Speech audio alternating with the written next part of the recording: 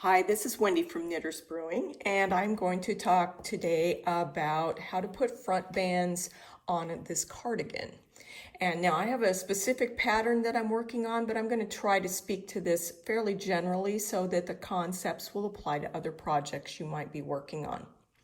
Now what I've got here is a fairly bulky weight cardigan, and it's got a what I would call a bulky weight gauge. It's about 4 stitches per inch horizontally and about 5 rows per inch vertically. And that's important to know because when you pick up stitches on a band where you're going vertically against your horizontal rows, you need to not pick up 1 stitch per row. If you do that, your band will get too wide. It will blossom out and it will be ruffly and too big, and it won't hang properly. So when you're calculating how many stitches to pick up along the band edge, what you want to use is your horizontal gauge. I know that I have 4 stitches per inch in my horizontal gauge, so that's what I'm going to apply vertically to my sweater. Now my sweater has 5 rows per inch, so that means inch to inch, I'm going to pick up 4 stitches for every 5 rows along the edge. Now also, I'm going to do just one little tiny design tweak in here that will change my numbers just a little bit. And that is that I want to begin and end my band with knit stitches. It's going to be K2, P2 ribbing, just like I've got here around the neck and around the base. But I want the ends, both of the ends, to have K2s. It just has a more finished look to me. So that means K2, P2, that's a 4 stitch multiple, plus I want to end with another K2. So that means I need multiple of 4 plus 2. My sweater is 24 inches long. I need to pick up 4 stitches per inch. That would be 96 stitches, and I'm going to add 2. So that means I need 98 stitches. So that was a lot of math. I apologize. Fortunately, if you're making this pattern, you can just look at the pattern and it says pick up 98 stitches. But I wanted to give you some background about why and where those numbers come from. The other thing I've done to prepare here is to mark the sweater. We know we're going to be picking up approximately 4 stitches in every 5 rows, but it's nice to have a little gauge as to how we're doing along the way. So before I started, I folded this edge that I'm going to be picking stitches up along in half, and I put a marker there. And then I folded each of these halves in half and put markers 1/4 along the way. We have our half marker, and then there's a 3/4 of the way marker. And that's just nice because as you're working your way along, you'll be picking up stitches, and when you get to one of those markers, you can say, oh, how am I doing? Am I getting the right number of stitches? So for this sweater, I'm picking up 98. That means I want 49, 50, 50, and 49 stitches in my 4 quadrants that I've marked off, and that will give me the right number. So let's give that a try. Before I launch into how to do the actual stitch pickup, let me just say that my numbers were off in my previous announcement about how many stitches I needed to pick up in each quadrant. I gave you numbers that were twice too high. What I actually need to pick up is 24, 25, 25, and 24, and that will give me 98 that I need. So I've got the first quadrant done here. I wanted to be able to show you how that looks. So you can see my stitches are fairly evenly spaced, and I'm doing my pickups 1 stitch in from the edge. So we're going to insert the needle between the first 2 columns of stitches. We're going to put it right in the middle there, and that gives you a really tidy looking edge along where you pick up, as you can see. Now the fact that these, are slightly irregular because we're trying to achieve a certain number is not a problem, because once you get done, you won't notice that at all. All right, so we're picking up roughly 4 stitches in every 5 rows. And on the other side of my marker here, I already did 3 in a row, so I need to do my 4th one.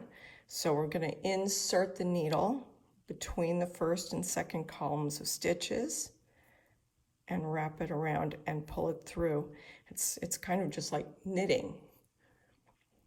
Now I'm going to skip the next stitch because that would be the 5th one in a row, and I'm going to move on and do 4.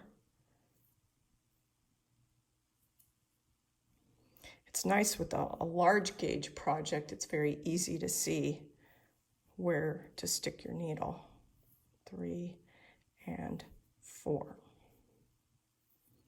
Okay, and again, we've got a little gap here where we had 4 in a row, skipped 1, did 4 in a row. When we get done, you won't notice those gaps at all.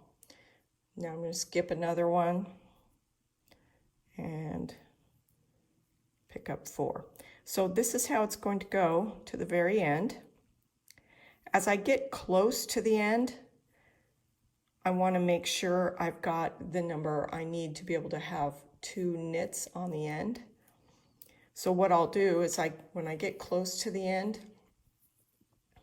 I'll stop, count how many stitches I have left to pick up, and count how many rows are left, and kind of plan that out very specifically how many I'm going to pick along here, so that I make sure my very last 98th stitch is picked up right here at the very edge of the band, and that will give a very neat, tidy look. And likewise, I should have mentioned that your first stitch needs to be picked up right here at the very bottom of the band to give a nice finished look.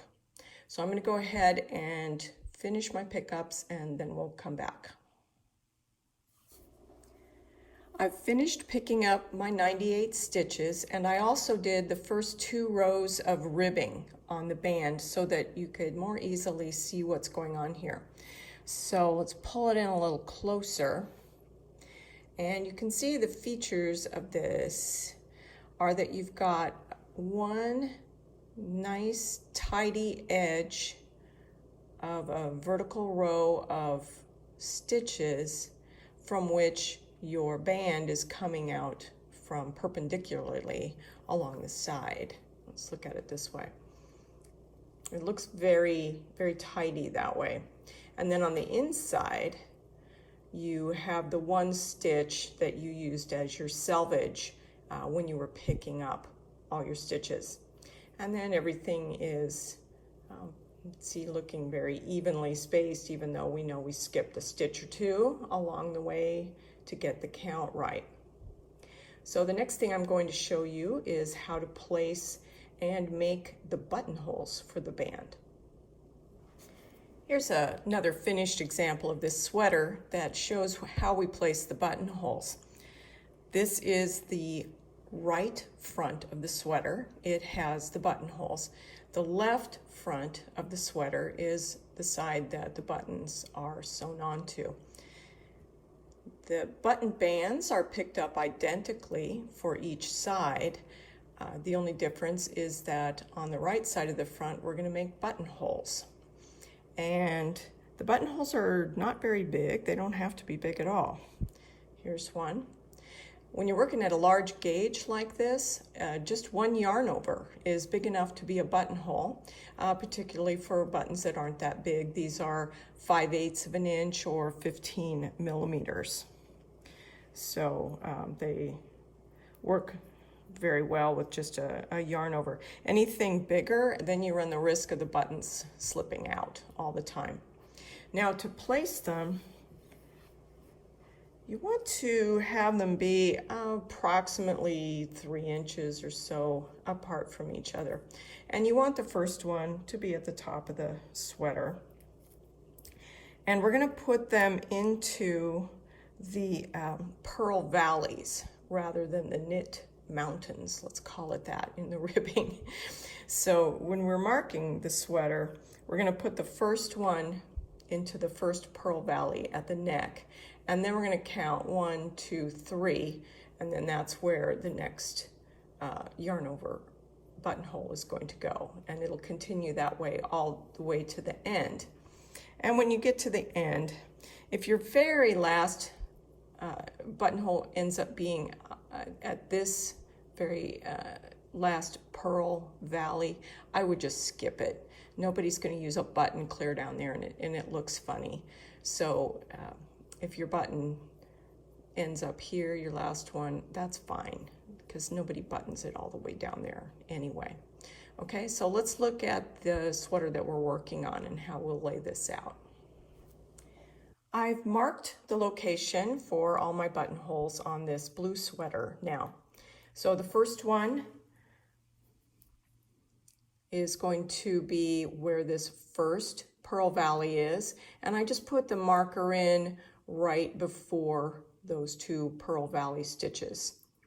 And then we count 3 more pearl valleys. Don't count the one we marked. Start with the next one. 1, 2, 3. And go ahead and mark that one.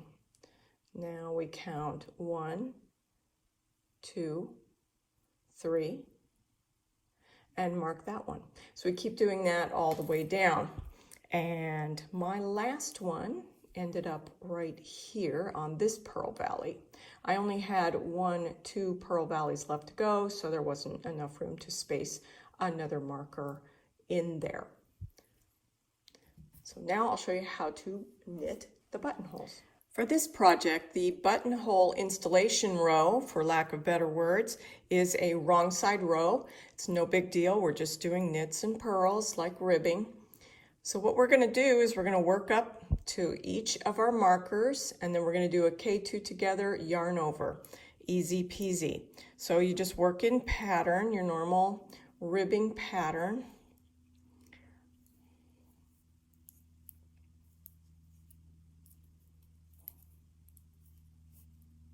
And then when you get to the marker, remove it and do a K2 together on these 2 knit stitches, and then a yarn over, and then we're going to continue in pattern, purling the next 2 stitches, and just keep doing that all the way across. And so what you can see is where the yarn over is, get this out of the way here, right here, that's going to be a buttonhole. And then the previous one was right here, and the previous one at the neck was right here. So they'll be perfectly evenly spaced all the way down to the end. And then for the final couple of rows of the band, you're just going to work the regular ribbing pattern again as it specifies in the pattern. The only other thing I want to mention about the bands is that for these, we want to do a regular non-stretchy standard bind off. It's not like the neck or the sleeves or the bottom where we want to have a lot of give. On the bands, we want them to be more firm, less stretchy. So as it says in the instructions, just do a regular standard bind off on the bands, and then that will keep them firm and they won't stretch out of shape.